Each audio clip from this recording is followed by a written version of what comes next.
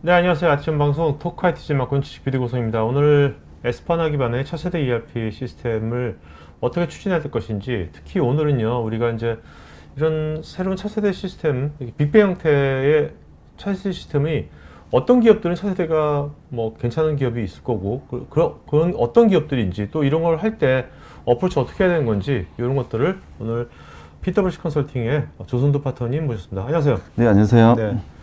자, 파트너님, 먼저 요즘 어떻습니까? 요즘 컨설팅 하시면서 네. 차세대 이런 거 뭐 새로운 것도 많이 하지 않습니까? DX 프로젝트 많이 하실 텐데 한 5년 전에 비해서 네네. 최근에 뭐 특히 좀 약간 기업의 어떤 동향이 좀 달라진 거 뭐 그런 거 느끼신 게 있다면 어떤 게요? 일단 오늘 준비한 내용은 실은 이제 차세대 ERP 시스템을 어떻게 구축할지에 대한 내용을 말씀드리려고 하고 있는데 차세대 ERP 시스템이라는 건 요즘에는 많이 추진을 하지는 않고 있습니다. 뭐 뒤에 설명을 드리긴 하겠지만 기본적으로 이제 차세대급의 어떤 ERP를 하려고 하는 그 상황은 현재 어떤 우리가 갖고 있는 IT의 어떤 기반이 현재 우리가 가고자 하는 비즈니스를 캐치업하기 위해서는 다소 부족한 부분이 많이 있다라고 판단 들었을 때 이를 좀 퀀텀 점프 형태로 갈 수밖에 없는 기업들이 이 차세대 ERP급의 어떤 프로젝트를 진행하고 있어서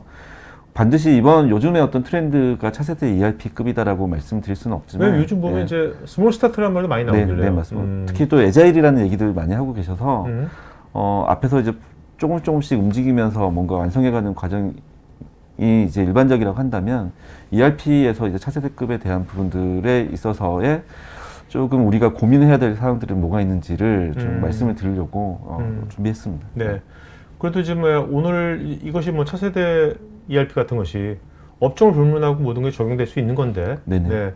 오늘은 그래도 이것은 어떤 특히 이제 오늘 유통업종의 어떤 사례 갖고 얘기하신 겁니까? 중심으로? 지금 요즘 이제 저희 PwC에서 다양한 업종의 차세대 프로젝트를 실은 많이 하고 있습니다. 네. 그 중에서 이제 가장 좀 설명하기 좀 쉽고, 그 다음에 치열하게 또 움직이고 있는 곳이 유통업이다 보니까 유통업의 그 프로젝트를 준비하기 위해서 PwC가 고민했던 사항들을 좀 말씀드리려고 하고 있습니다. 알겠습니다. 네. 그러면 PwC에 어떻게 PwC 고민하고 있고 어떻게 어프로치하는지 한번 들어보도록 할까요? 네.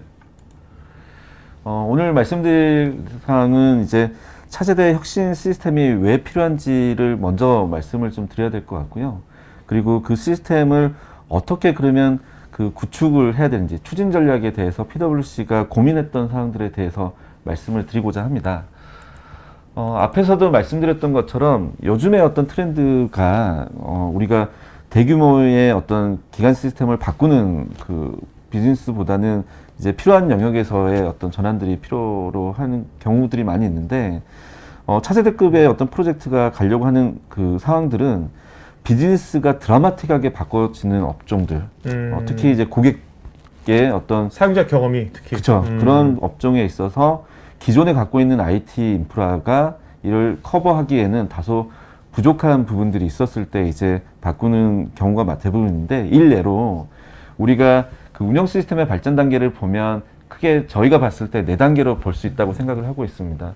과거의 어떤 그 운영 시스템은 부분의 어떤 그 최적화를 위해서 해당하는 시스템들을 따로따로 만드는 그 경향이 있다고 한다면 90년대 뭐 우리나라 같은 경우에는 이제 ERP라는 시스템이 처음에 이제 도입이 되기 시작하면서부터 이제 통합 관점에 있어서의 이제 관리 관점으로 이제 전환이 되고 그리고 그 다음에는 이제 어느 정도 안정화가 되다 보니까 비즈니스의 어떤 유연성을 확보하기 위한 측면에서의 이제 그 3단계라고 하는 그 프론트를 했다고 한다면 요즘 트렌드는 다 아시다시피 4차 산업 기준의 그 신기술과 접목하는 어떤 시스템들로 간다고 하게 되면 차세대 시스템을 적용하는 그 회사들 같은 경우에는 통상적으로 요 1, 2단계 어떤 사이에 있는 기업들이 4단계로 가고자 했을 때에 2단계, 3단계를 점프를 하고 바로 4단계를 가서 현재 비즈니스를 갈구하고 있는 현업의 어떤 요구사항들을 해결하기 위한 관점으로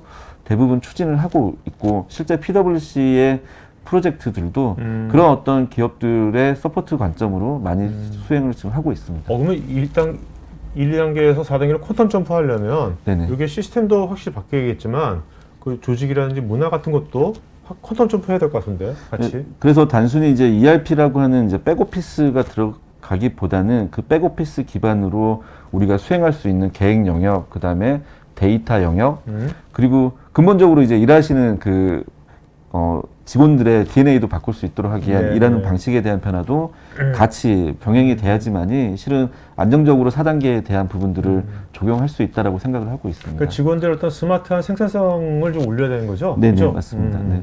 그래서 뒤에 이제 좀 설명을 드리면, 이제 저희가 이제 제안 준비를 하면서 이제 그 고민했던 그 사항들을 좀 말씀을 드리자면, 아까도 말씀드렸던 것처럼 우리 현재 회사에서 또는 그 고객사분들 입장에서 보게 되면, 기존에 그 IT의 어떤 환경을 가지고 우리가 가고자 하는 비즈니스를 커버하기 어려운 상황에 있어서, 그러면 우리는 어떻게 접근할 거냐에 대한 부분들을 단순히 그 ERP라고 하는 IS 리테일이라고 하는 또는 ERP 코어라고 하는 거 중심으로만 해결이 될 수 없기 때문에 아까 말씀드렸던 것처럼 계획 영역, 그 다음에 데이터 영역, 그리고 이제 일하는 방식의 영역에 대한 전반적인 부분들을 다 개선하고자 하는 부분들이 차세대 시스템의 어떤 필요성이라고 생각을 하고 있고, 그런 관점에 있어서의 이제 변화에 대한 어떤 범위 자체는 당연히 이제 업무 코어 영역을 담당하고 있는 구매, 생산, 그다음에 판매, 품질 뭐 이런 부분들도 있고,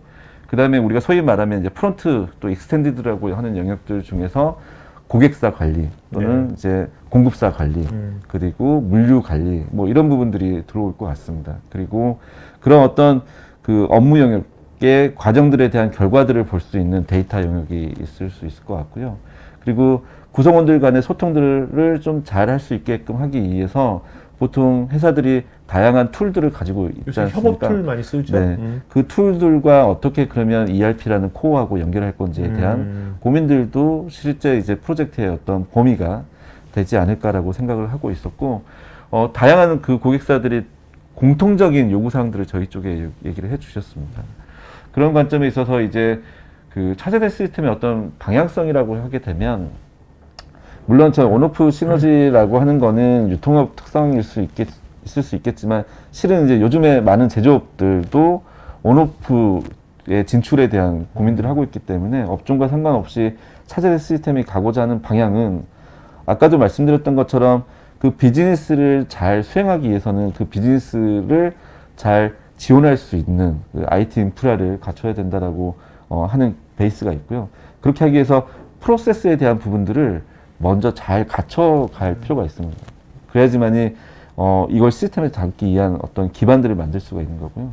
그런 측면에 있어서 이제 방향성의 첫 번째는 비즈니스를 우리 회사에서 시스템과 잘 연동하기 위한 관점으로 정리 또는 표준화 통합이라는 작업을 해야 될 필요가 있는 거고요.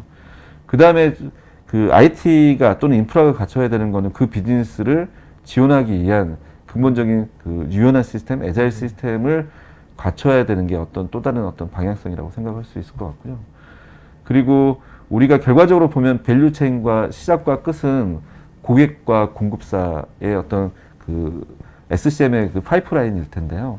그 부분에 있어서 이제 이 IT 인프라, 차세대가 양쪽을 지원할 수 있는 그 어떤 시너지 효과를 발휘할 수 있는 환경들로 만들 필요가 있을 거라고 그러니까 말씀 생각합니다. 들어보니까 이 차세대 시스템이 코어 시스템이 어떤 프론트에서 이제 고객이나 파트너의 어떤 리퀘어먼트, 또 내부의 이제 직원들의 뭐 생산성의 어떤 그 리퀘어먼트 이런 거에 아주 유연하게 네네. 바로 신속하게 대응해주는 네네. 네, 그런 체계를 만들어지는 거네요. 그런 체계가. 보통 이제 ERP 시스템이라고 이제 저희가 얘기를 하면 이제 정해진 프로세스 내 또는 정해진 규칙에서 이제 따라가야 되는 그렇죠. 딱딱한 시스템이라고 많이들 이제 생각을 하실 수 있는데, 저희 PwC 또 특히 이제 차세대 시스템을 그 고민하면서 저희가 생각했던 거는 그런 어떤 그 선입관보다는 실은 이제 프론트 단에서 움직이는 다양한 비즈니스를 보다 빠르게 접근하려고 하면 룰과 그 다음에 사전에 정의되어 있는 규칙들이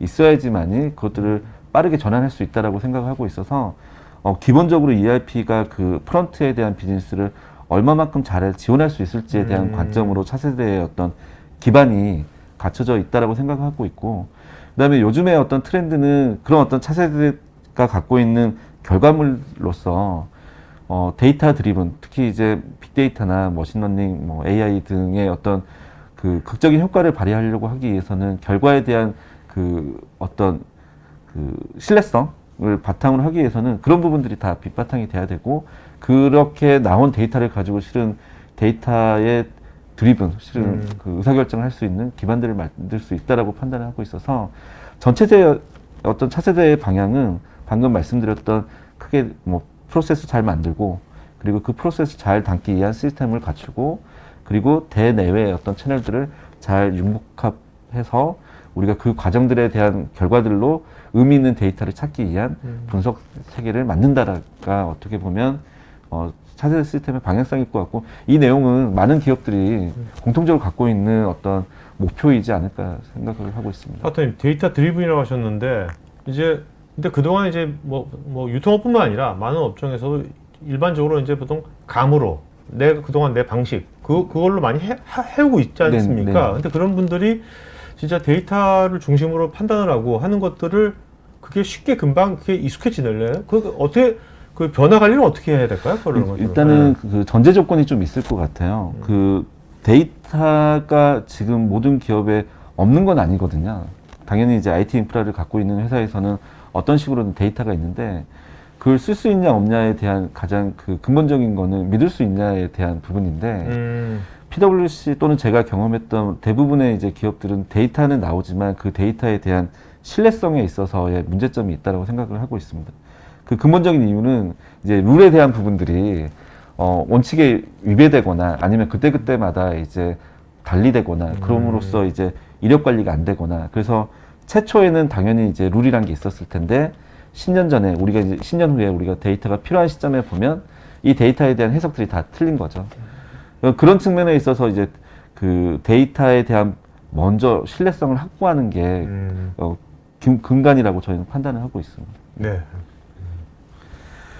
그래서 그 차세대 시스템에 이제 이거는 일례인 거고요. 저희가 아까도 방금 말씀드렸던 것처럼 차세대 시스템은 궁극적으로는 우리 회사가 수행하는 비즈니스를 잘 지원하기 위한 어떤 근간을 갖춰 놓은 거라고 생각하시면 될 것 같고요.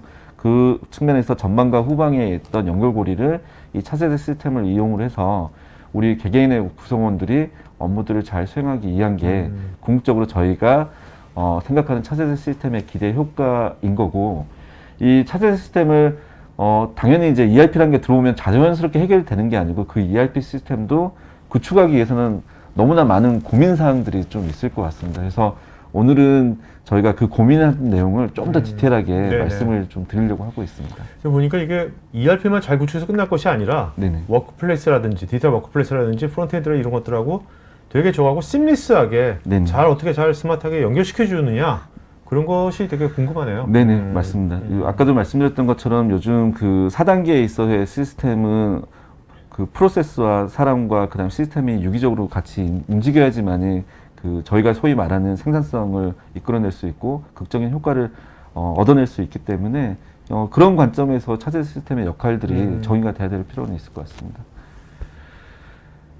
그래서 앞에서는 그 여러 업종들 또는 저희가 PwC에서 이제 준비하면서 고민했던 사항들을 좀 말씀을 드렸다면, 실제 그거를 어떻게 그럼 구축하는 게 이게 안정적으로 우리가 딜리버리 할 수 있는지, 그리고 그 각 기업에서 요구하시는 방향대로 흘러갈 수 있는지에 대한 저희 나름대로 고민했던 내용들을 좀 말씀을 드리려고 하고 있습니다.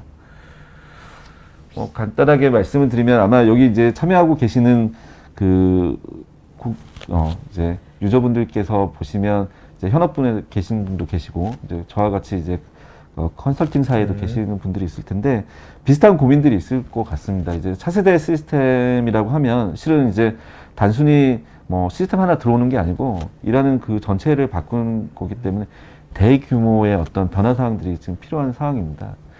근데 거기에 이제 가장 크게 걸리는 거는 이제 그럼 안정적인 딜리버리를 할 수 있느냐에 대한 고민이 있을 거고, 그런 측면에서 이제 많은 고객분들, 특히 이제 요즘 그 스타트업이나 또는 아까 말씀하셨던 자그마치 하는 프로젝트 같은 경우는 애자일에 대한 고민들이 많이 하고 계신데, ERP에서 애자일이 과연 통할 수 있느냐에 대한 그 고민들이 좀 있을 것 같습니다. 그런 고민들을 저희가 PwC는 어떻게 좀 해결했는지를 좀 설명을 드릴 필요는 있을 것 같고요. 그 다음에 이제 우리가 소위 말하면 요즘은 이제 예전에는 온프라미스의 어떤 IT 기반으로 ERP 시스템을 많이 구축했는데 최근에는 뭐 비즈니스의 어떤 확장성 또는 유연성적인 측면에서 좀 더 그 유연성을 확보하는 측면을 고민했을 때 이제 아까 서두에도 말씀하셨던 클라우드에 대한 고민들이 있을 것 같습니다. 그래서 클라우드를 어떻게 그러면 고객사가 최적으로 접근할 수 있는지에 대한 아이디어에 대한 부분들을 간략하게 말씀드릴 수 있을 것 같고요. 그리고 그 유통사 특성뿐만 아니라 우리가 소위 말하면 이제 대규모 프로젝트들, 그러니까 대기업들 같은 경우에 고민들이 어떻게 그러면 안정적으로 우리가 적용하고 확산할 수 있는지에 대한 고민들도 있어서 그 부분도 간략하게 말씀을 드리고자 하고, 그리고 이제 마지막으로 이제 말씀드리려고 하는 거는 이제 아까 말씀드렸던 데이터 레이크 측면에 있어서 데이터를 어떻게 우리가 구축하고 활용할 수 있는지를 SAP의 BW라는 솔루션을 가지고 좀 말씀을 드릴 수 있을 것 같고, 마지막 관점에 있어서는 그러면 프로젝트를 어떻게 잘 관리할 건지에 대한 PwC만의 어떤 그 방식으로 한번 설명을 좀 드리도록 하겠습니다. 네. 네. 먼저 에자일 데브옵스 관리 체계인데 뭐 다들 아시겠지만 ERP 상에서의 에자일 방식은 지금도 맞지 않다고 생각을 합니다. 전통적인 워터폴 방식이 실은 장기간 대형 프로젝트에는 더 적합하다고 생각을 하고 있는데, 그럼에도 불구하고 최근에 이제 ERP 그 프로젝트 중에 몇 개 프로젝트들은 실은 이제 오픈을 못하거나 아니면 지연된 케이스들이 종종 발생을 했습니다. 그 케이스들을 조금만 저희가 좀 디테일하게 좀 보다 보면 이제 너무 이제 워터폴, 과거의 방식으로 갔던 케이스들이 있고, 그다음에 그 장기간의 어떤 프로젝트들에 있어서 그 구성원들에 대한 참여들을 잘 이끌어내지 못했던 부분들이 있었던 것 같고요. 그리고 이제 장기간의 프로젝트들은 실은 이제 업앤다운이 분명히 있습니다. 이 업앤다운을 잘 이제 판단해 가면서 이 프로젝트에 대한 방향을 한쪽으로 갈 수 있도록 하는 관리적인 부분들이 필요로 하는데, 이 세 가지가 잘 이루어지지 않았을 때 결과적으로 보면 실패했던 프로젝트들이라고 생각을 하는데, 이제 PwC에서는 이제 고민했던 게, 저도 이제 그 과거에는 전통적인 어떤 방법론을 가지고 있었는데 PwC 글로벌의 어떤 고민들과 저희가 좀 찾다 보니까 PwC도 에자일 방식을 가지고 이제 워터폴과 연결하는 고민들을 좀 했었더라고요. 그래서 저희는 이제 앞에서 말씀드렸던 것처럼 BXT라고 하는 방법론을 가지고 에자일에 대한 고민들을 이제 담아냈는데, 저희가 이제 고민했던 프로젝트에서는 실은 이런 에자일 BXT 방법론과 전통적인 워터폴 방법론을 어떻게 하면 머지를 해서 안정적으로 딜리버리 할 수 있을지에 대한 고민을 좀 했고요. 그 결과적으로 보면 위에 보이시는 게 소위 말하면 이제 통상적인 이제 ERP의 어떤 방법론이라고 했을 때 BXT라고 하는 에자일 방법론의 태스크들을 실제 많이 좀 집어넣습니다. 이렇게 집어넣으면서 궁극적으로는 좀 더 그 안정적으로 우리가 딜리버리 할 수 있는 부분들은 없는지에 대한 고민들을 실제 하게 됐었고요. 일례로 보게 되면 뭐 ERP에서도 당연히 그 분석 단계라는 게 있긴 하지만, 그리고 분석에 대한 부분들을 가지고 프로그램에 대한 개발 목록도 있긴 하지만, 저희가 조금 더 고민했던 거는 현업 사용자분들, 그 다음에 그 프로젝트 외에 이제 참여하시는 기타 구성원들에 대한 부분들을 어떻게 하면 그 목록을 정의함에 있어서 참여를 할 건지에 대한 고민들을 좀 많이 반영했고, 실제 그 가장 그 에자일에서도 사상인 게 빨리 도출하고 데모를 한번 돌려보고 그에 대해서 문제점들을 도출하고 다시 한번 테스트해보고 이런 과정들을 통해서 이 목록에 대한 부분들을 탄탄히 하는 그 과정들을 실제 집어넣고 있습니다. 그럼 저기 현업하고 뭐 PI 이런 분들이 요구사 워크숍이라든지 핏겟 워크숍 있잖아요. 저런 것들을 어떻게 잘 운영하는 게 되게 중요하겠네요, 저런 것들은. 네, 실제 이제 그 소통에 있어서 그러면 어떻게 그분들하고 잘 운영을 할 거냐에 대한 고민들이 있는데, 과거에 이제 저희가 또는 제가 했던 프로젝트 같은 경우에는 그 소통 포털이라는 걸 하나 만들어 놓고 저희가 그 하는 어떤 결과물들을 직접 보시고 피드백을 달아주시고 다시 저희가 피드백을 드리는 어떤 과정들로 했었는데, 실은 이게 이제 그렇게 일을 다들 해보시진 않았기 때문에 시간적인 어떤 그 필요로함이 있더라고요. 그런 부분들이 이제 방문상에 이제 담아져야 될 필요가 있다라고 생각을 하고 있고, 그게 단순히 이제 설계 단계뿐만 아니라 개발하고 구축하는 단계에서도 이게 들어와야 될 필요가 있다고 생각을 합니다.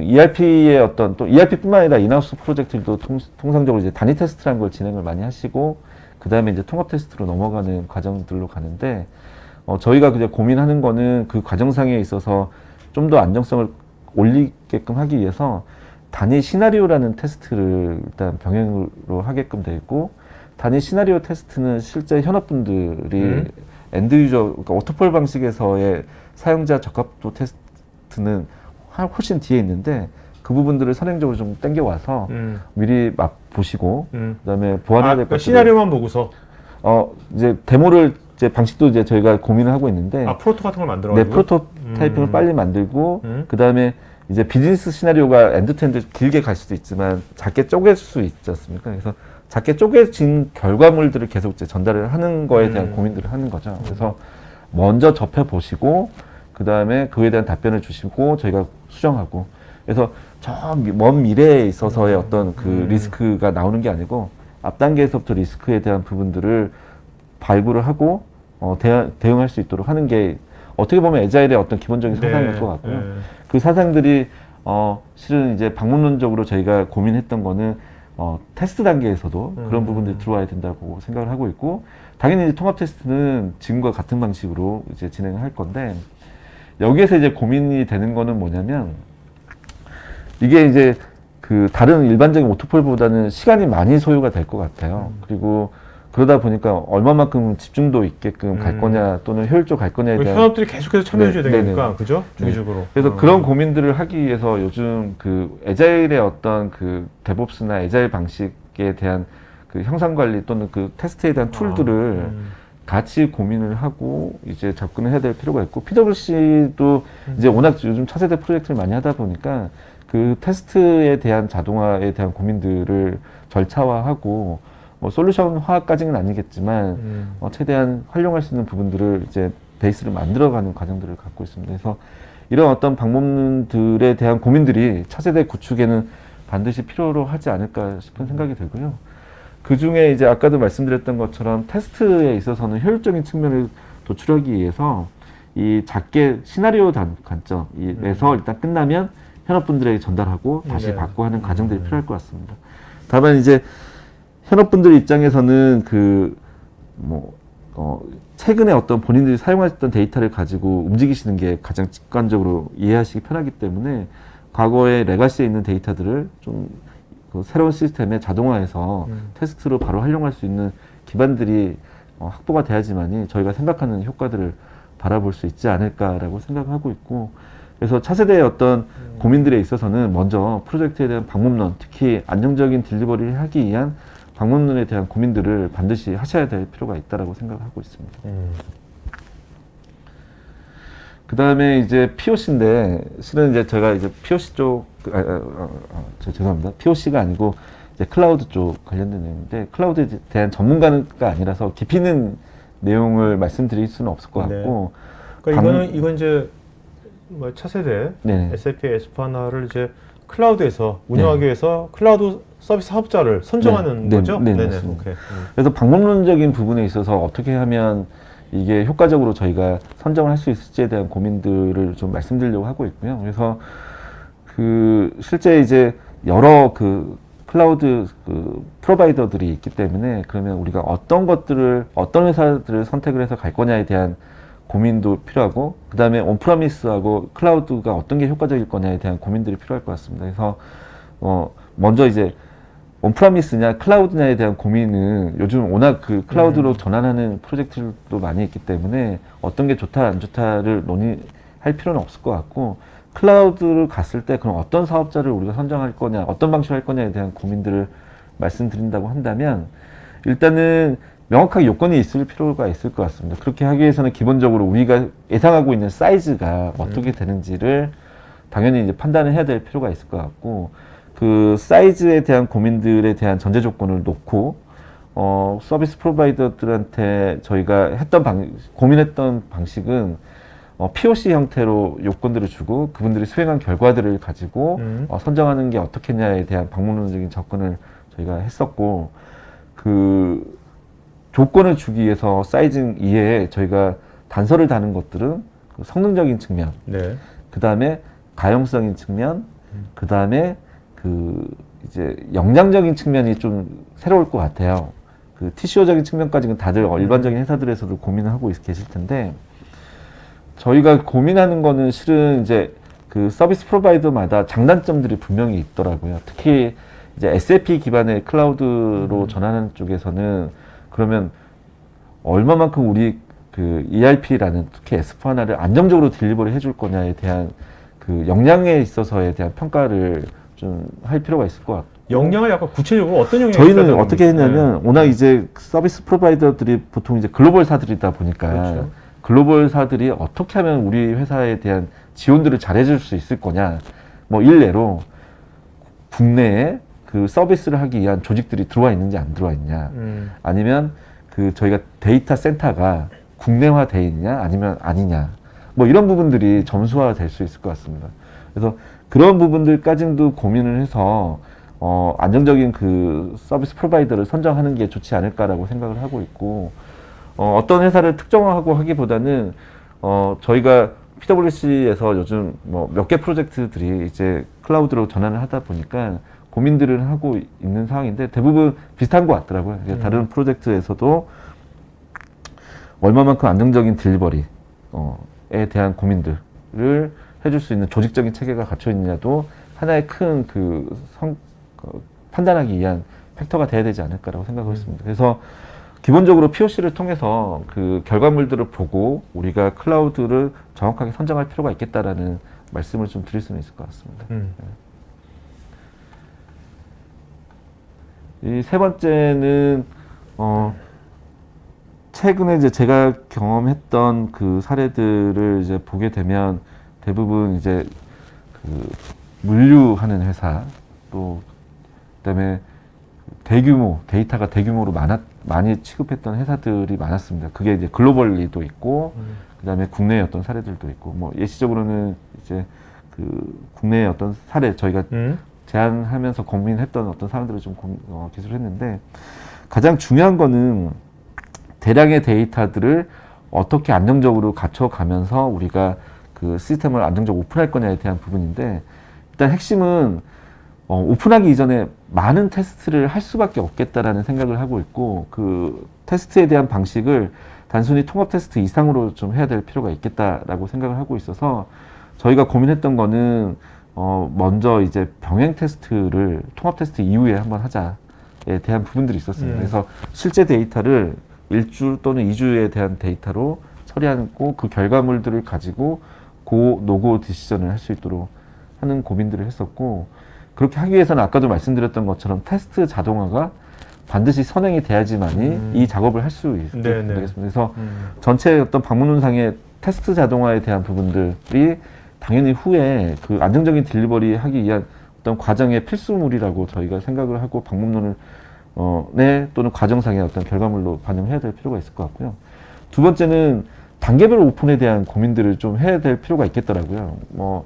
최근에 일례로 이제 전체 빅뱅 방식으로 오픈했을 때 혹시라도 문제가 발생되면 이 전체 다시 뒤집고 조정하는 작업들이 워낙 리스크가 크다 보니까 일부 먼저 오픈하고 그 다음에 단계적으로 오픈하는 어떤 방식이 고민해 볼 수 있을 것 같은데, 그런 측면에서 보면 이제 저희가 고민했던 것들은 일부 한 5개 정도, 6개 정도만 오픈하고 이상 없이 잘 돌아간다, 기능적으로 이상이 없다라고 하면 또 한 30% 정도 확대해서 확대해 보니까 대량의 어떤 데이터들도 잘 운영이 되더라라고 하면 실제 이제 확산하는 이런 어떤 방식에 대한 고민들도 실제 프로젝트를 하실 때 고민해야 될 어떤 그 케이스가 아닐까 싶은 생각이 들고요.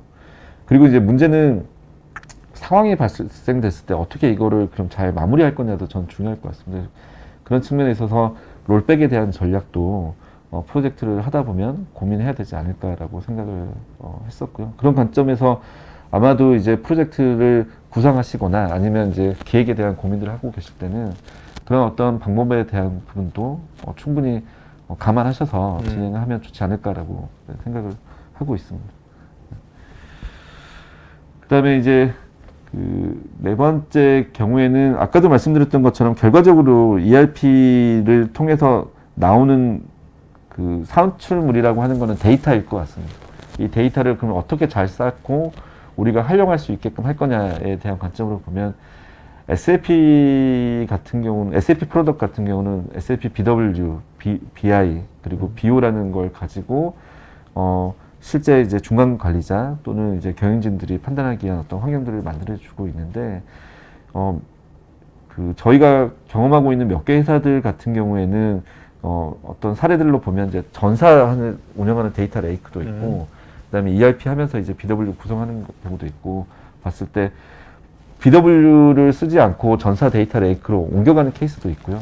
실은 이제 BW 통해서 다시 전사 레이크 쪽으로 옮겨가는 과정들이 있을 것 같습니다. 그거는 뭐가 맞냐 틀리냐에 대한 관점보다는 그 목적에 대한 부분들이 명확해야 된다고 생각을 하는데 BW 같은 경우는 이제 현장에서 그 중간 관리자 또는 현장 관리자가 바로 쓸 수 있는 어떤 데이터들, 특히 실시간성의 어떤 데이터들에 대한 부분들은 BW에서 좀 커버를 해주고, 그다음에 전사 관점의 어떤 지표나 아니면 뭐 방향성을 표시하는 뭐 KPI를 본다거나 하는 것들은 전사 관점의 데이터 레이크 관점에서 제시해 주는 게 맞지 않을까라고 일단 그 저희는 이제 생각을 해봤었는데 그런 부분들에 대한 고민들이 전사 데이터 아키텍처 관점에서 좀 고민을 해야 될 필요는 있을 것 같습니다. 그래서 이 부분은 실은 이제 답이 어떻게 있다라기보다는 그 몇 가지 케이스를 말씀을 드렸고 그런 고민들에 대한 부분들을 충분히 하시고 아키텍처에 대한 고민 반영을 하시는 게 맞지 않을까 싶은 생각이 들고요. 마지막으로는 이거는 이제 수행사 입장에서에 대한 고민일 텐데 아까도 말씀드렸던 것처럼 통상적으로 차세대급 프로젝트는 길게는 5년, 6년도 있고 짧게는 뭐 2년 내에 프로젝트도 있을 것 같은데요. 어떻게 하면 이 장기간 프로젝트들을 잘 해결해 나갈 거냐에 대한 그 고민들이 있을 텐데 가장 중요한 거는 제가 바라봤을 때 프로젝트를 관리하기 위한 그 방법론과 툴이 선행이 돼야 될 필요가 있고 그 툴에 대한 필요성의 목적성은 당연히 이제 가시성을 확보하기 위한 측면이 먼저 선행이 돼야 될 필요가 있을 것 같습니다. 그게 돼 있는 상태에서는 두 번째 이제 자연스럽게 이제 논의가 되는 게 그 구성원들 간에 어떻게 하면 그 소통을 잘 원활하게 할 수 있을 거냐에 대한 고민들도 저희가 좀 해볼 수 있지 않을까 싶습니다. 그래서 많은 기업들이 요즘 이제 내부적으로 갖추고 있는 솔루션도 있고 외부 솔루션을 통해서 소통에 대한 부분들을 활용하고 계신데 실제 이제 프로젝트 관리와 그런 툴들을 어떻게 활용을 해서 우리 프로젝트화 할 거냐에 대한 고민들 충분히 해야 될 것 같고요. 이 부분은 프로젝트 전에 당연히 고민을 하고 그다음에 수행사 입장에서 고객사분들과 협의를 한 다음에 수행이 될 수 있도록 해야 될 필요가 있지 않을까 싶습니다. 그 파트님 그 경험으로는 다양한 협업 툴이 있을 거 아닙니까? 네네. 그래도 이제 해보신 것 중에서 이런 툴을 이렇게 써니까 좋았다 하는 거 하나 좀 이렇게 공유해 주신다면. 일단 그 최근에 하고 있는 거는 이제 팀즈 베이스로 일단 프로젝트를 수행을 하고 있는데 팀즈는 아직 제가 뭐 결과물을 보지는 않았던 것 같고요. 그 실은 이제 고객사에서 이제 인하우스 방식으로 아까 말씀드렸던 커뮤니케이션 포탈을 실은 만들어 주셨어요. 네. 그래서 그 프로젝트의 어떤 사례를 이제 설명을 드리면 국내 프로젝트가 아니고 이제 해외 뭐 수십 개의 법인들과 소통해야 되는 그 어떤 필요성이 있었고요.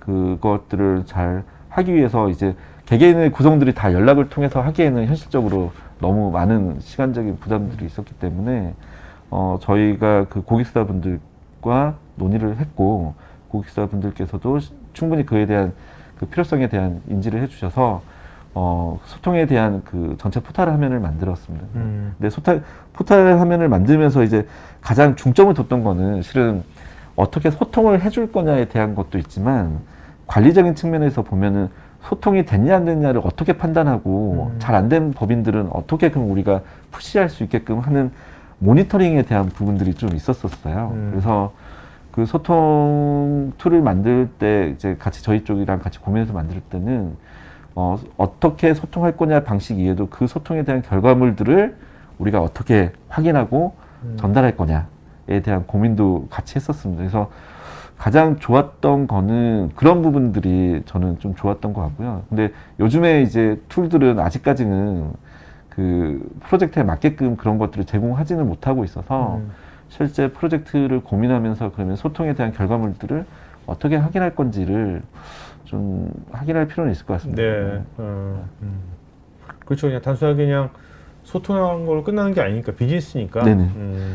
그래서 프로젝트에서는 결과적으로 보면 잘 됐다 안 됐다를 반드시 판단하고 그 결과물들을 공유하는 게 가장 기본이 돼야 되는 어떤 상황이기 때문에 그 결과 관점의 모니터링을 제공하는 툴이 가장 그 제가 생각했던 베스트였던 것 같고 아직까지는 커스터마이징 하면서 개발하는 게 네. 좋았던 거는 같습니다. 네.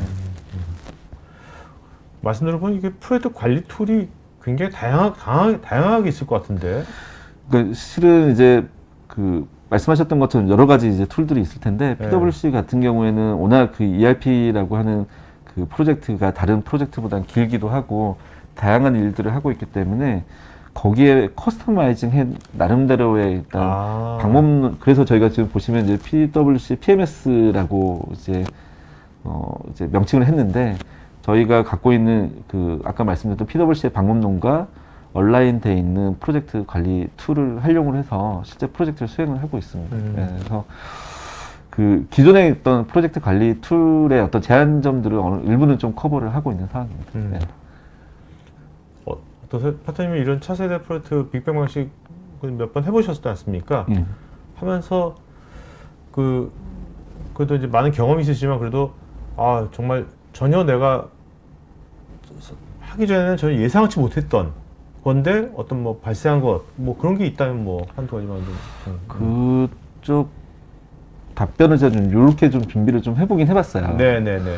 실은 이제 뭐 요즘은 이제 저도 차세대 프로젝트를 몇 번 해봤으니까 미리 준비를 하고 있지만 최초 이제 차세대 프로젝트 이렇게 다양한 그 범위의 어떤 프로젝트를 했을 때는 딱 막막한 부분들이 들거든요. 근데 그 경험이 몇 번 쌓이면서 제가 준비하는 것들은 크게 보면은 이제 그 세 가지 측면이 있을 텐데 아까도 말씀드렸던 것처럼 방법론 측면이 준비가 돼야 될 필요가 있을 것 같습니다. 그래서 차세대가 단순히 이제 한 개의 시스템을 구축하는 게 아니고 서로 다른 목적을 갖고 있는 시스템들을 하나로 이제 뭉쳐야 되는 어떤 그 목적에 있어서 고객의 니즈를 적극적으로 좀 반영하기 위한 방법론에 대한 부분들이 좀 반드시 선행이 될 필요가 있을 것 같고 두 번째는 이제 PI, ERP만이 갖고 있는 방법론이 분명히 있습니다. 그런데 여기에는 이제 IT 인프라, 아까 말씀드렸던 클라우드, 그 다음에 BWPI라고 하는 데이터 부분, 뭐 DWP, 뭐 에자일 데브옵스, IT 가버넌스 여러 가지 주제들이 오다 보니까 결과적으로 보면 융합 서비스에 대한 또는 융합하기 위한 역량을 확보해야 될 필요가 있고 그런 일들을 수행할 수 있는 조직원들을 구성할 필요가 있는 게 가장 중요할 것 같습니다. 그래서 그 차세대급에 맞는 역량과 업무 수행 경험이 있으신 분들을 하나의 큰 조직 구성원으로서 반드시 갖춰야 되는 게 그 어떤 핵심적인 역량 또는 뭐 성공 요인이 될 수 있을 것 같고 세 번째는 아까도 말씀드렸던 것처럼 장기 프로젝트를 길게 끌고 갈 수 있고 안정적으로 끌고 갈 수 있는 그 관리적인 어떤 역량이 반드시 돼야지만이 서로 다른 그 목표를 갖고 있는 구성원들을 하나로 잘 뭉칠 수 있을 거라고 생각하고 있고요. 그래서 제가 답변은 좀 그렇게 좀 세 가지 측면으로 드릴 수 있을 것 같습니다. 알겠습니다. 네. 자, 그럼 이제 Q&A 시간 갖도록 하겠습니다. 질문들이 많이 왔거든요, 지금. 파터님 답변 주시면서 좋은 질문 하시면 거기 이름을 세 명 좀 적어주세요. 네네. 맨 끝에 발표 좀 해주시고요. 여러분 좀 이따 또 설문조사 할 거니까 설문에 추가적인 요청사항이라든지 그 다음에 궁금한 거 있으면 설문에 더 해주시면 좋겠습니다. 유현동님은 이런 프로젝트를 할 때 인더스트리 베스트 프랙티스 기반으로 구축을 해야지만 어떤 투자 비용과 ROI 같은 걸 극대화할 수가 있을까요? 당연히 이제 이제 컨설팅사 입장에서 말씀드리면 당연히 이제 저희가 프로젝트를 시작할 때는 고객사의 비즈니스 또는 인더스트리를 보고 빠르게 이제 그 접근하는 고민들을 이제 하게 되는데 이거일 것 같아요. 이제 통상적으로 보면 이제 다른 회사에서 썼던 것들을 좀 해달라 뭐 또 이렇게 요구하시는 분도 있고 또는 우리는 우리 회사를 잘 분석해서 뭔가 진행했으면 좋겠다라고 이제 얘기하시는 것도 있는데 네. 가장 안정적인 측면에서 그리고 이제 우리가 좀 더 의미 있게끔 갈 수 있는 방법으로 제가 생각하는 거는 기본적으로 아까도 말씀드렸던 것처럼 애자일 관점에 있어서 프로타이핑을 빨리 만들어 놓고 우리 회사에 맞냐 안 맞냐 또는 우리 회사에 가는 방향과 맞냐 안 맞냐를 논의한 다음에 그 개발이 들어간다고 하면 생각보다 효과적으로 진행을 할 수 있을 것 같거든요. 그런 측면에 있어서는 말씀하신 대로 인더스트리 베스트 프랙티스 기반을 만들긴 한데 준비하는 측면에 있어서 보면 뭐가 인더스트리 베스트 프랙티스냐에 대한 고민들이 있을 것 같습니다. 그래서 그런 부분들은 이제 컨설팅사가 준비하고 있는 툴을 이용하거나 아니면 SAP 프로덕트 같은 경우는 SAP의 베스트 프랙티스라고 하는 그 비즈니스 프로세스를 일부 활용해서 진행하는 것도 어떻게 보면 방법적으로 중요한 어떤 수단이 될 수 있지 않을까 싶습니다. 자, 한국님께서요. 형상관리 도구 활용 측면에서 개발 소스 이력 배포 관리를 했다면 ITSM과의 연계선상에서 어떻게 활용하는지요? 일단 그 형상관리 쪽 관련해서는 요즘 이제 데브옵스 체계로 넘어가는 고민들을 많이 하고 계시더라고요. 근데 이제 ITSM은 실은 이제 서비스 요청을 받고 이제 이걸 해결하는 관점으로 들어가다 보니까 ISTM을 통해서 이제 그 현업분들의 요구사항들을 진행을 하고 그거에 대해서 이제 조치한 결과들에 대한 부분들은 실은 이제 데브옵스 쪽과 연동을 통해서 이제 이동이 가게끔 해야 되는데 이게 저도 아직 그 프로젝트 베이스로 움직이다 보니까 운영 관점에 있어서 ITSM 결과가 데브옵스까지 이어질 거라고 이제 저희가 구도는 잡고 놓고는 있지만 실은 이제 제가 거기까지는 경험은 해보진 못했고요.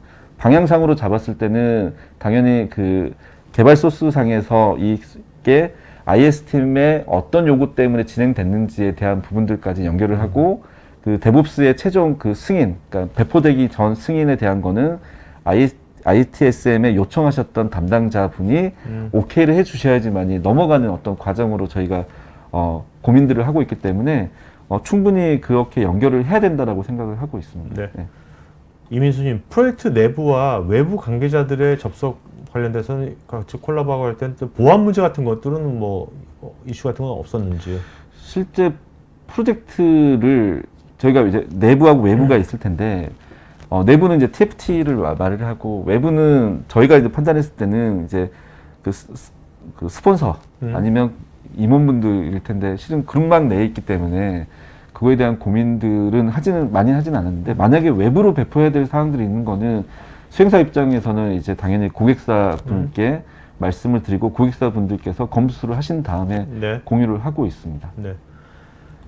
윤성원님, ERP 시스템의 방법론은 애자일은 어렵다고 하셨는데 애자일 방법론은 전문가 집단이 최단 시간에 작업을 성공적으로 수행할 때 필요한 것인데 왜 ERP 시스템은 적용이 어려운지 궁금하고 만약 데이터에 대한 검증이 충분히 되어 있다면 적용이 가능한지 궁금합니다.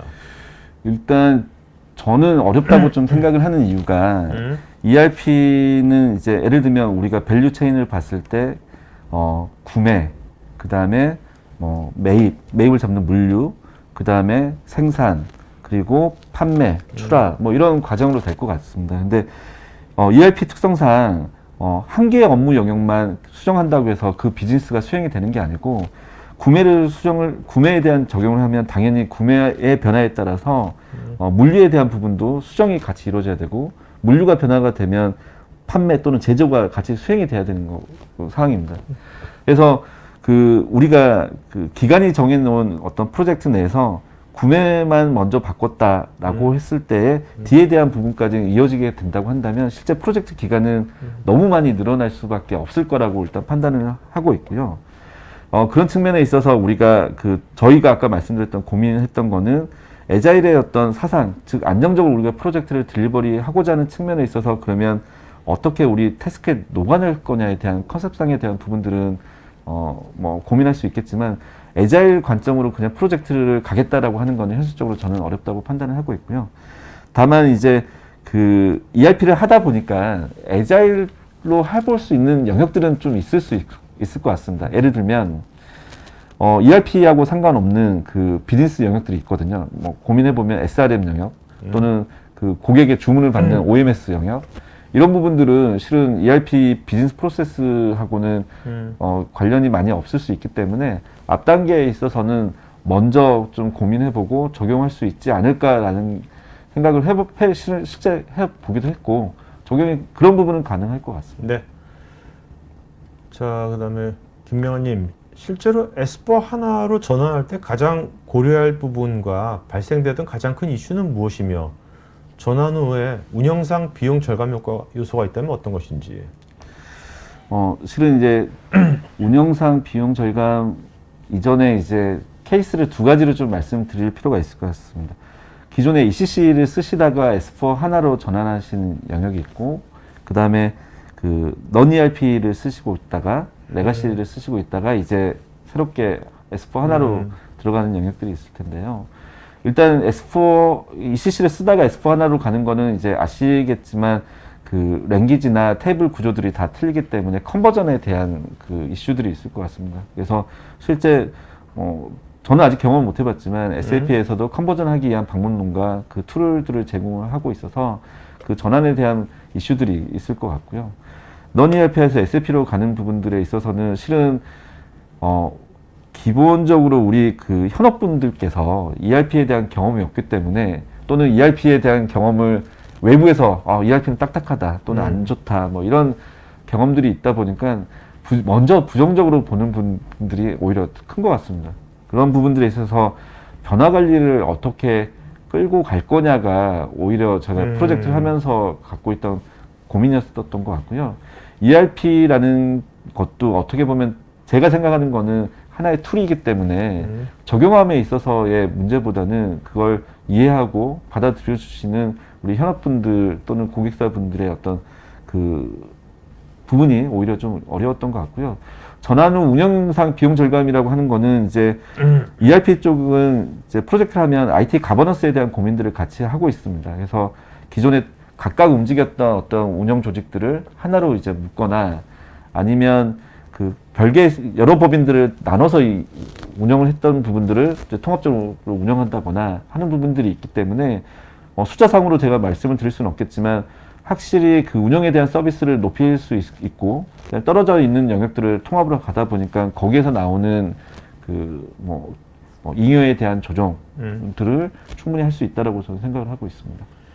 김동엽님, 안정적인 시스템 오픈이 말씀하신 대로 굉장히 중요할 것 같은데 1차 오픈, 2차 오픈, 3차 오픈으로 확대해 나갈 때 일부 차세대 기능과 기존에 있는 차세대 이전 시스템과 병행 운영을 하게 될 텐데 데이터 동기화 부분은 어떻게 해결하셨는지 궁금하고요. 차세대 시스템 데이터 양식과 이전 시스템의 데이터 양식이 다를 텐데 병행 운영할 때 두 시스템의 데이터를 맞춰야 할 것 같았어요. 일단은 그 제가 경험했던 사례를 좀 말씀드리면 가장 중요한 거는 아까도 말씀드렸던 것처럼 테스트의 자동화에 대한 부분들을 선행이 되면 그 조건이 갖춰진다고 하면 실은 병행에 대한 운영은 많은 부분이 해소가 됩니다. 아까도 말씀드렸던 것처럼 저희가 테스트할 때 기본적인 조건은 빠르게 테스트를 또 정확하게 해야 되기 때문에 레가시에 대한 데이터를 ERP화하는 과정상에서 자동화에 대한 부분들이 반드시 선행이 돼야 됩니다. 이게 된다고 한다면 부분으로 오픈한다 하더라도 우리가 레가시 쪽에서 발생된 데이터를 ERP하는 거는 실은 배치 잡은 형태로 해서 시스템이 돌아가게끔 운영을 많이 하고 있습니다. 그렇게 이제 그 저희가 해야 되는 거고요. 그 과정상에서는 당연히 두 데이터를 어떻게 맞춰야 되느냐는 과거 데이터하고 현재 데이터에 대한 컨버전에 대한 매핑 테이블을 항상 저희는 유지를 해놓고 이게 시스템에 자동적으로 컨버전 되게끔 하는데 간혹 가다가 매핑으로 못하는 경우들이 있을 수 있습니다. 그런 부분들은 어쩔 수 없이 담당자 분이 손으로 좀 조정하는 작업들을 같이 병행해서 수행하고 있습니다. 김지훈님, 안정적 확산을 위한 리스크를 최소화하기 위해 단계적 오픈을 하는데요. 거기에 따른 기존 시스템 병행이 될 것이고 그 데이터 마이그레이션, 금전과 관련된 마감, 회계 관리 등이 싱크가 계속 맞아야 될 것 같은데 그러한 전개 전략에 따른 인력 운영 방안이라든지 최소화 비용 등의 노하우가 있는지요? 일단 그 실은 최소화 쪽보다는 안정성 쪽에 주안점이 두고 있다 보니까 그 안정성에 대한 부분들을 확보하는 거는 그 마지막 시점에 뭔가 만든다고 해서 바로 나올 수가 없고요. 아까도 말씀드렸던 것처럼 프로젝트 앞 단계에서부터 병행을 고민을 하고 고민된 내용이 아까도 그 설명드렸던 자동화 쪽에 집중이 되어 있습니다. 그래서 저희가 통합 테스트를 수행을 하게 되면 매스 데이터 테스트를 보통 PwC는 이제 대규모 프로젝트를 수행을 하게 되는데 매스 데이터 테스트의 어떤 방식이 그 담당자분들이 뭔가 손을 대는 게 아니고 시스템 간의 데이터 연결을 하고 그 결과물들을 처리할 수 있을 정도까지 만들어 놓습니다. 그러다 보니까 실제 그 인용 운력 방안이나 뭐 최소화 비용을 따로 하기보다는 프로젝트 내에 그 결과물들이 반영되는 방식으로 가고 그것들이 이제 저희 테스트하고 연동되면서 실제 운영에 쓸 수 있도록 하는 방식으로 가는 게 맞다라고 생각을 하고 있고요. 이 부분이 따로 뭔가 그 별도의 방식이 있다라고 생각하지는 않습니다. 윤태현님, 데이터 기반 컨버전을 할 때 데이터 정합성 측면에서 중복 데이터를 많이 사용할 경우와 특히 비정규형을 사용할 경우에 정합성을 부합시키기가 어려운데 PwC에서는 어떤 방안이 있는지요? 일단은 그 케이스가 몇 가지로 나눠질 것 같은데요. 데이터가 이제 많냐, 적냐에 대한 다른 부분들이 있을 것 같습니다. 최근에 이제 저희가 고민했던 거는 워낙 데이터가 많은 거는 사람이 할 수가 없기 때문에 시중에 이 데이터에 대한 중복 점검을 머신러닝 베이스로 하는 툴들이 제법 많이 나와 있습니다. 그래서 일부는 저희도 그런 검토를 했었고요. 필요의 목적성에 따라서 그런 어떤 그 머신러닝 베이스로 중복 데이터를 학습을 통해서 제거해 주거나 아니면 제한해 줄 수 있는 툴들을 확보할 필요가 있고요. 요즘에 그 툴들을 보니까 정형뿐만 아니라 비정형에 대한 고민도 같이 포함을 해줄 수 있는 걸로 알고 있습니다. 그 외에는 아까도 말씀드렸던 것처럼 대부분은 아직까지는 우리가 매핑의 어떤 구조를 가지고 자동 컨버전 할 수 있는 정도로 지금 수행이 되고 있더라고요. 그러다 보니까 PwC 방법일 수도 있고 아니면 다른 프로젝트들도 그렇게 할 거라고 생각이 되는데 매핑 구조 형태를 많이 좀 쓰고 있는 것 같습니다. 박일규님, S4하나 전환으로 개선되는 정량적인 기업 운영 실적 사례나 지표들 같은 것은 어떤 게 있는지요? 죄송해요. 요거는 제가 좀 답변을 드리기가 좀 어려울 것 같습니다. 오늘 전하는 얘기는 아니니까. 네네.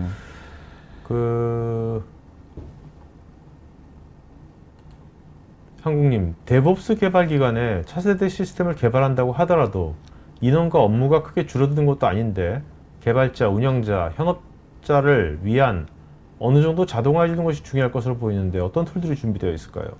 일단은 SAP 측면에서 보게 되면 SAP 글로벌도 최근에 저희도 이제 조사를 하다 보니까 그 SAP 데브옵스 또는 SAP 깃이라고 하는 그 툴들이 지금 준비를 하고 있고 아직 국내에는 적용이 안 됐더라고요. 그런데 이제 우리가 실은 이제 SAP 툴뿐만 아니라 오픈소스 형태로 움직이고 있는 툴들도 많이 있어서 그 툴들이 우리 ERP하고 어떻게 적용이 될 거냐에 대한 고민들을 해볼 필요는 있는데 실은 아직까지는 그 SAP 관점에서 적용되는 툴은 저희가 구체적으로 보지는 못하는 상황이고요. 다만 SAP 자체적으로 이제 그 형상 관리를 해주거나 배포에 대한 기능들이 있기 때문에 그 부분들을 프로세스화해서 어떻게 하면 운영 쪽 자동으로 연결해 줄 거냐에 대한 고민들을 좀 하시는 게 지금까지 어떤 단계로 보면 현실적이지 않을까 싶은 생각이 듭니다. 네. 김명환님, 클라우드로 반드시 전환해야 하는 경우는 주로 어떤 경우에 전환되어야 하는지 문의드립니다. 그리고 이 경우에 클라우드 전환 시에 가장 큰 이점은 무엇일까요? 일단 아까도 말씀드렸던 것처럼 이제 제가 클라우드 전문가는 아니지만 고민했던 거는 뭐냐면 요즘에 어떤 그 기업의 어떤 상황을 보게 되면 비즈니스가 워낙 긴박하게 바뀌는 부분들이 있는 것 같습니다. 뭐 일례로 유통업 같은 경우에는 온라인에서 오프라인에서 온라인으로 가고 또 오프라인에서 또 B2B 또는 기타 그 사업군으로 확산하는 경우들이 다반사로 발생되고 있고 그리고 또 제조업도 마찬가지로 온라인으로 전환한다거나 이런 부분들이 있는데 이럴 때마다 우리가 이제 장비를 구매를 하고 또는 확산을 하고 했을 때 시간적인 부분들이 많이 소요가 되리라고 생각을 하고 있습니다. 이런 부분들을 좀 더 빠르고 안정적으로 우리가 딜리버리 하기 위한 관점에 있어서 클라우드를 고민을 하고 있고 두 번째는 실은 이제 그 고객사분들 입장에서 이제 이걸 계속 운영 유지 보수를 해야 되는데 그 인력에 대한 부분들도 하나의 어떤 이슈가 될 수 있을 것 같습니다. 그걸 안정적으로 딜리버리를 또는 운영을 해주실 수 있는 역량을 확보하기 위한 측면에서도 클라우드에 대한 고민들을 하고 있는 걸로 생각됩니다. 네. 자, 그다음에 문중님, 애자일 데브옵스 개발 관리 체계에서 실데이터 기반 컨버전과 테스트 자동화를 효과적으로 수행하기 위해서 기업이 구비할 사항들에 대해서 질문드립니다. 이와 관련해서 PwC에서는 어떤 것을 제공하시는지 서비스가. 네. 그 아까도 말씀드렸던 것처럼 그 실제 저것만 별도로 나오는 서비스라기보다는 우리가 안정적으로 ERP 또는 차세대 시스템을 구현하기 위한 과정의 어떤 그 목적으로서 수단으로서 이제 PwC는 저걸 활용을 하고 있고요. 그래서 아까도 말씀드렸던 것처럼 데이터에 대한 매핑 구조를 자동으로 실행하기 위한 고민들을 프로젝트 초기부터 시작을 하고 현재 운영하신 분들과 그 내용에 대한 부분들을 고민을 합니다. 고민하고 그 결과들이 우리 쪽에 이제 반영이 될 수 있도록 하기 위한 개발들을 실은 커스터마이징이 일부 돼야 되기 때문에 협의를 해서 이제 구축을 하는데 PwC 입장에서는 이제 프로젝트를 여러 번 하다 보니까 기본적인 뼈대에 대한 부분들은 저희가 갖춰놓고 있고 실제 이제 프로젝트를 하면 당연히 고객사분들과 얘기하면서 조정하는 작업들로 수행을 하고 있습니다. 이수창님, 유통사 구축 후의 성공 포인트가 무엇인지요? 실은 아까도 말씀드렸던 것처럼 이제 구축이라기보다는 이제 추진, 네네. 그 저희가 제안에 대한 고민들을 했던 거기 때문에 성공 구축에 대한 성공 포인트보다는 고민해야 되는 포인트들은 아까 전략상에서 말씀드렸던 것 같습니다. 그래서 어떻게 하면 안정적으로 또는 과정에 대한 결과를 데이터할 거냐에 대한 부분들이 중요하지 않을까라고 좀 크게 좀 말씀을 드릴 수밖에 없을 것 같습니다. 자, 이효숙님은 에스파나 세미나를 참 여러 개 들었는데 듣다 보면 뭐 만능 솔루션 같은데 이분께서 AI 관련 혹시 에스파나에서 뭐 AI를 같이 접목되고 뭐 그런 거가 뭐 있나요 혹시? 뭐 제가 SAP 뭐 솔루션을 뭐 이렇게 소개해 드린 건 아니지만 SAP 솔루션, 특히 익스텐드 솔루션에는 AI 기반으로 움직이는 부분들이 몇 개가 있습니다. 네네. 그런 부분들이 이제 ERP 코어 영역과 연결되는 부분도 있고 최근에 이제 몇 개 기능들은 뭐 AI 부분 또 머신러닝 베이스로 움직이는 게 있습니다. 알겠습니다. 최영빈님은 뭐 오늘 주제하고 약간 다른 거지만 그래도 그 에스파나를 도입할 때 여러 중요한 부분이 있지만 피오리 기반으로 가야 할까 말까도 고민 중인데 피오리에 대해 국내 개발 현황은 어떻고 앞으로 미래에 대해서 어떻게 생각하시는지.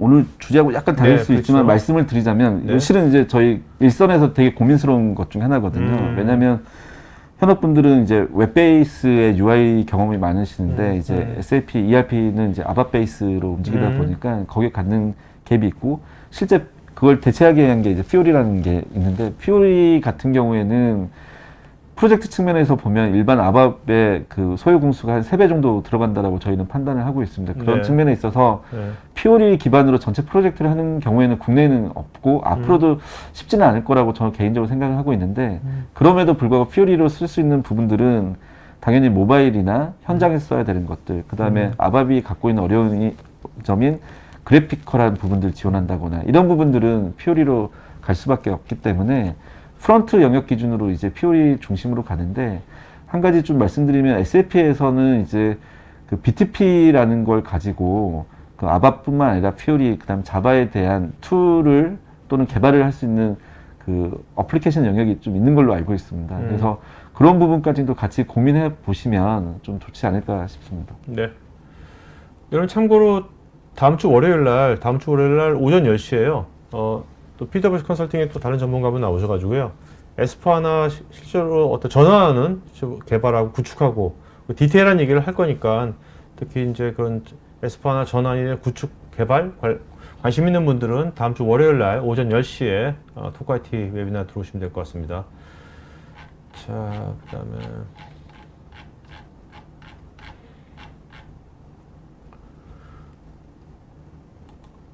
박현수님, 차세대 시스템 도입을 통한 새로운 프로세스 수립, 업무 효율성 증진 등 여러 목표를 실현하기 위해선 실제 업무를 하고 있는 현업분들이 변화에 대해 필요성을 공감하는 것이 중요할 것 같은데 실제 프로젝트를 수행하면서 활용하셨던 변화 관리에 대한 팁 하나 소개해 주신다면.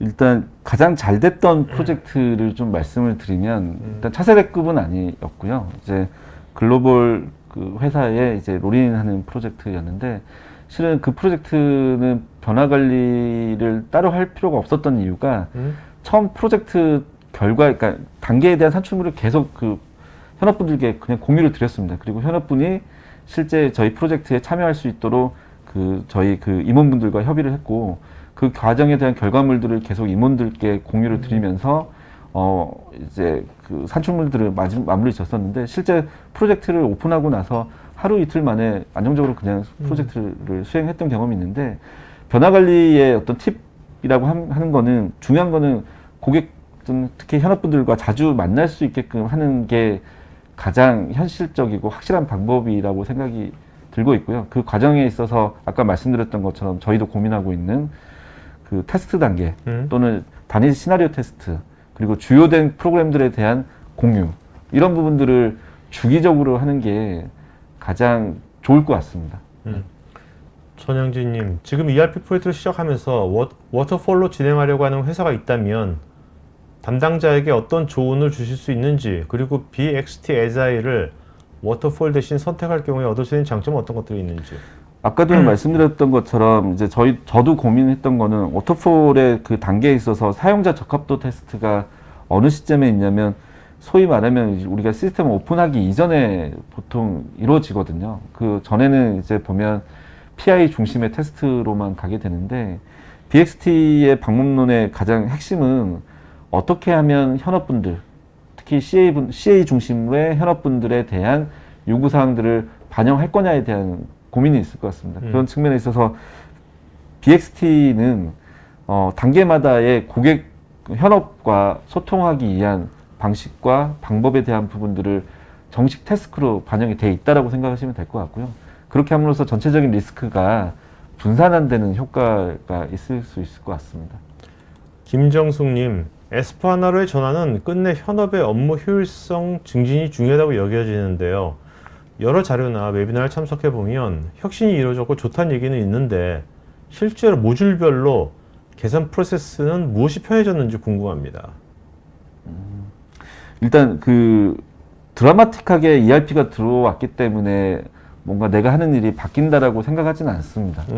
어떻게 보면 ERP는 실은 이제 더 윗선에서 어떤 극적인 우리 효과, 아까 궁극적으로 보면 데이터에 대한 의사결정을 하기 위한 과정, 그 과정상에서 이제 우리 현업 입장에서 보면은 개인적인 업무 편의성 부분들이 또는 생산성이 이루어질 거라고 생각되는데 그 부분에 있어서 이제 그 ERP가 되면서 기존에 2개 했던 일들이 하나로 되거나 아니면 그 프로세스적으로 보면 그 업무를 뛰어넘거나 하는 뭐 일반적인 얘기도 있을 거고요.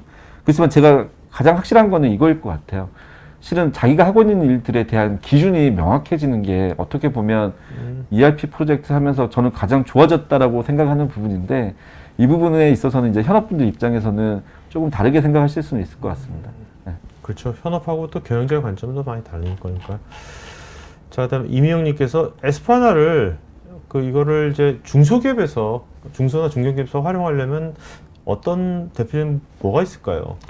일단 중소기업, 그러니까 저희가 이제 스몰 비즈니스 정도 이제 접근을 할 때는 방법론이 좀 틀리긴 하거든요. 아까 말씀하셨던 것처럼 인더스트리 베스트 프랙티스를 기반으로 우리 회사에 맞는 그 방식을 빨리 찾고 적용하는 게 실은 전체 프로젝트에 대한 기간도 단축할 수 있고 그 다음에 요구사항에 대한 분명성도 좀 확보할 수 있어서 만약에 제가 그 스몰 비즈니스에 대한 프로젝트를 하게 되면 방금 말씀드렸던 방식으로 프로젝트를 접근할 것 같습니다. 네. 이종훈님, S4HANA ERP 시스템과 물류 시스템 연동이 쉽게 가능한지요?